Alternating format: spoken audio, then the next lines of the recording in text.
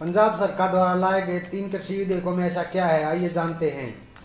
20 अक्टूबर को पंजाब विधानसभा के विशेष सत्र में 3 नए विधेयकों को पारित किया गया। ये कृषि विधेयक हाल ही में केंद्र सरकार की ओर से लाए गए 3 कृषि कानूनों को निष्प्रभावी करने के लिए लाए गए हैं। इसके साथ ही विधानसभा ने केंद्र सरकार के कृषि संबंधी कानून को भी खारिज कर दिया। हालांकि इन्हें इस कानून बनाने के लिए राज्य के राज्यपाल के अलावा देश के राष्ट्रपति से भी सहमति लेनी पड़ेगी। केंद्र सरकार की ओर से बनाए गए 3 नए कृषि विधेयकों को कानूनों को खारिज कर दिया।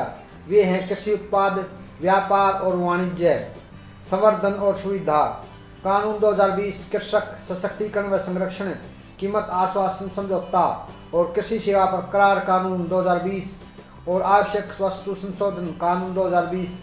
पंजाब और हरियाणा जैसे राज्यों में इन कानूनों को लेकर करीब 1 महीने से किसानों का विरोध और प्रदर्शन चल रहा है। विरोध करने वाले किसानों और उनके संगठनों का कहना है कि नए कानून के तहत कृषि क्षेत्र की भी पूंजीपतियों या कॉरपोरेट घरानों के हाथों में चला जाएगा और इसका नुकसान किसानों को होगा। इससे पहले कांग्रेस की अध्यक्ष सोनिया गांधी ने भी अपनी पार्टी के शासन वाले प्रदेश सरकारों से कहा था कि वो केंद्र सरकार के कृषि कानून को निष्प्रभावी करने वाले कानून लाने की संभावना पर विचार करे। उन्होंने इसके लिए अनुच्छेद 254(2) का इस्तेमाल करने की बात कही थी। यह अनुच्छेद समवर्ती सूची में शामिल विषयों से जुड़ा हुआ है। भारतीय संविधान में यह स्पष्ट किया गया है कि संघ और राज्यों को किन किन विषयों पर कानून बनाने का अधिकार है। संविधान में इसके लिए 3 सूचियां हैं। एक संघ सूची, वे विषय जिन पर केंद्र सरकार को कानून बनाने का एकाधिकार है। राज्य सूची, वे विषय जिन पर राज्य सरकारें कानून बना सकती हैं। और समवर्ती सूची, वह सूची जिन पर राज्य और केंद्र दोनों कानून बना सकती हैं। संविधान के अनुच्छेद 254(2) में स्पष्ट रूप से लिखा गया है, राज्य विधानसभा की ओर से समवर्ती सूची में शामिल विषयों के संबंध में कानून बनाया जाता है जो कि संसद द्वारा बनाए गए पहले के कानून के प्रावधानों या उस विषय से संबंध में मौजूदा कानूनों के खिलाफ है। राज्य विधानसभा में बनाया गया कानून राष्ट्रपति के विचार के लिए आरक्षित किया गया हो और उस पर राष्ट्रपति अपनी सहमति दे दे।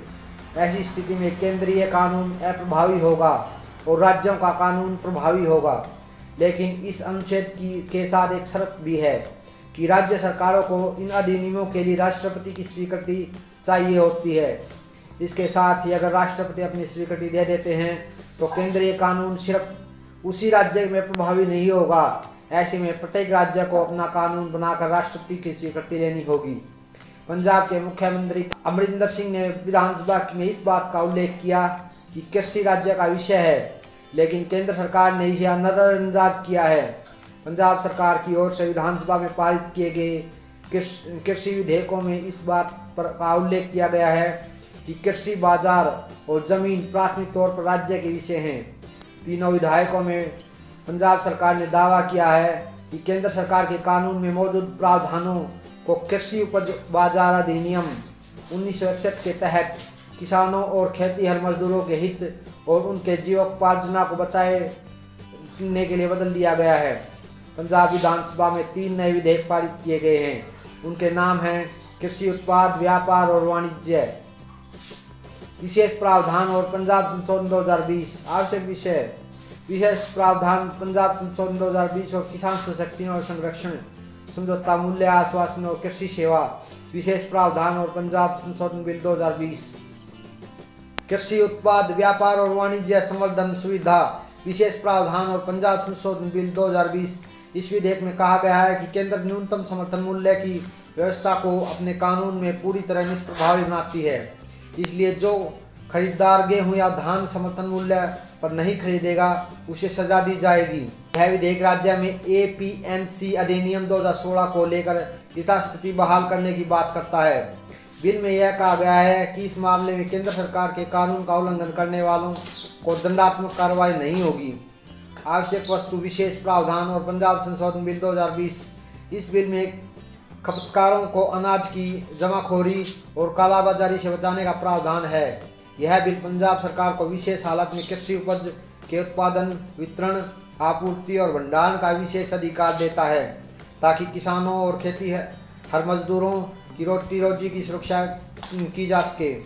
विधेयक में इस बात का भी जिक्र किया गया है कि उत्पाद आपूर्ति और वितरण में राज्य के विषय है, लेकिन केंद्र सरकार ने जो कानून बनाया है उसमें व्यापारियों को जरूरी चीज़ों की असीमित जमाखोरी शक्ति प्रदान की गई है।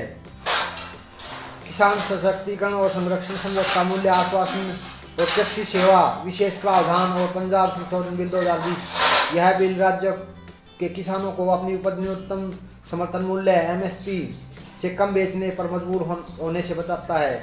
इसमें कहा गया है कि गेहूं और धान की बिक्री तभी वैध मानी जाएगी जब केंद्र सरकार की ओर से निर्धारित न्यूनतम समर्थन मूल्य MSP के बराबर और उससे अधिक पर बिक्री हो।